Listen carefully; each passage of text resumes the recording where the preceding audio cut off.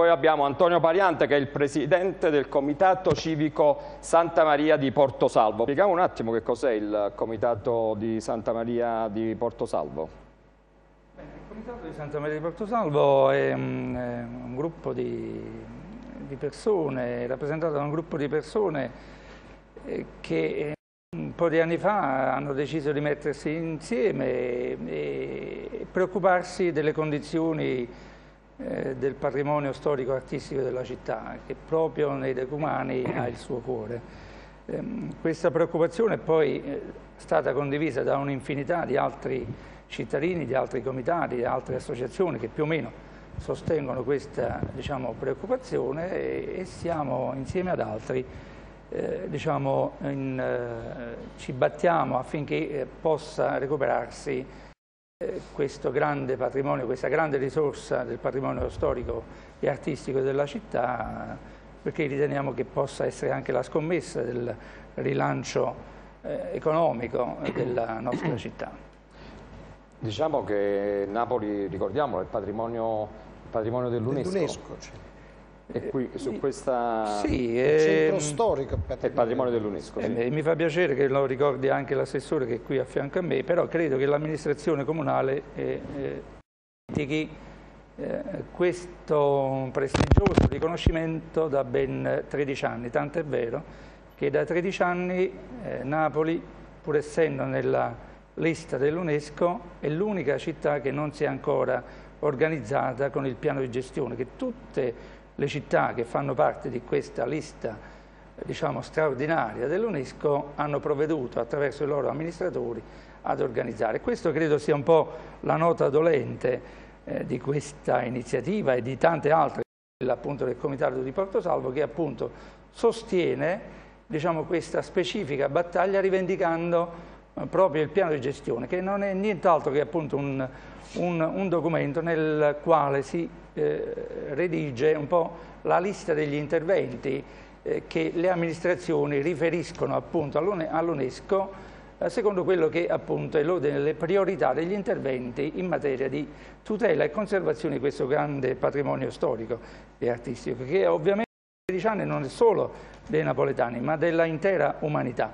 Questo purtroppo crediamo l'aspetto più grave dalla quale poi derivano tutte le criticità di questa situazione dei monumenti napoletani, che proprio nei decumani consistono, e chiaramente da questo deriva anche un po' la grave condizione di degrado di gran parte dei monumenti, palazzi, chiese e quant'altro che sono in rovina, ma soprattutto ridotti nella incuria più grave. C'è un'infinità di chiese ridotte veramente in discariche di spazzatura e credo che non faccia 500, bene. Se non sbaglio, le chiese in rovina. Beh, il numero, qualche articolo di stampa non è stato molto preciso nel riferire il numero almeno delle chiese che sono state da noi censite, che sono intorno alle 200. I 500 monumenti probabilmente raccolgono l'insieme delle fontane, delle cappelle gentilizie,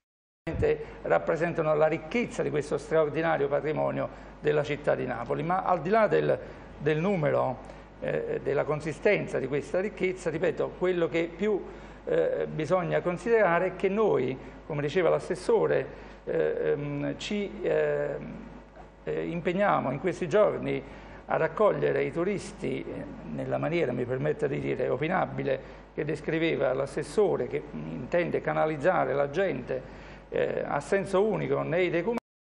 Non è un'ordinanza firmata solo dall'assessore Mola, del Comune di Napoli, che intende veicolare, mettere in fila praticamente i turisti, ed è una cosa sinceramente abbastanza strana da poter sopportare. E dobbiamo anche dire no, semplicemente perché credo che ogni città d'arte... Non è un'idea che è partita quest'anno, questa qua. No, difatti è molti anni che c'è questo problema, che ritorna questo problema di tentare di degestionare i decumani. Però se così deve essere, allora si potrebbe cercare, di estendere la bellissima esperienza dell'arte presepiale in città, con una sezione distaccata magari sotto i porticati del plebiscito. Questa è una proposta che lei sta facendo qua all'amministrazione comunale ai fatti di Napoli. Le voglio dire che molte proposte che sono state formulate qui ai fatti di Napoli poi sono diventati progetti di legge anche regionali e nazionali. Beh, questo ci fa piacere che magari da questa... L'assessore era sicuramente in esame anche questa proposta. Io l'ammiro molto, l'assessore Molla, per il grande coraggio, perché poi a dover sostenere, diciamo, in televisione delle opinioni così per difendere l'indifendibilità della città. Una città d'arte, lei ha parlato di città d'arte, ma assessore, l'abbiamo vista assieme, questa è la città d'arte che abbiamo, è una città che ancora così a 3 settimane dalla messa in onda di quel servizio che ha visto prima lei con noi, e quel servizio corrisponde ancora a stamattina alla stessa condizione in cui versa il centro storico. Quei decumani di cui parla lei sono ancora in queste condizioni. Io mi occupo di turismo con l'associazione e le posso assicurare che quella che lei chiama la città d'arte, la città di Napoli, che tra tutte le città dell'arte è sicuramente la città che dovrebbe proprio cancellare questo aggettivo e quindi autodefinirsi città dell'arte per le situazioni che abbiamo visto prima, deve ricordarsi che solo l'anno scorso come città capoluogo a Napoli si sono perse 140.000 presenze di turisti. E i turisti il dato nazionale invece? Il dato nazionale è vero, ha visto comunque calare in tutte le città d'arte la presenza dei turisti. Sì, ma sono più di 2 anni. E questo è un fenomeno nazionale che riguarda il territorio nazionale, ma noi siamo qui a discutere della nostra città, che ha l'obbligo di rialzare la testa, e quando lei parla di turismo croceristico dovrebbe ricordare a tutti quanti noi che quando si parla di questo tipo di turisti si tratta di turisti che restano a bordo di queste navi straordinarie, ma che non hanno nessun motivo per essere invogliate a da queste navi nell'area monumentale antistante il porto di Napoli, che per motivi di sicurezza questo non è vero, perché che questo, per motivi di questo sicurezza non è vero, perché se, glielo posso assicurare, perché questo lo dichiarano tutti i tour operator.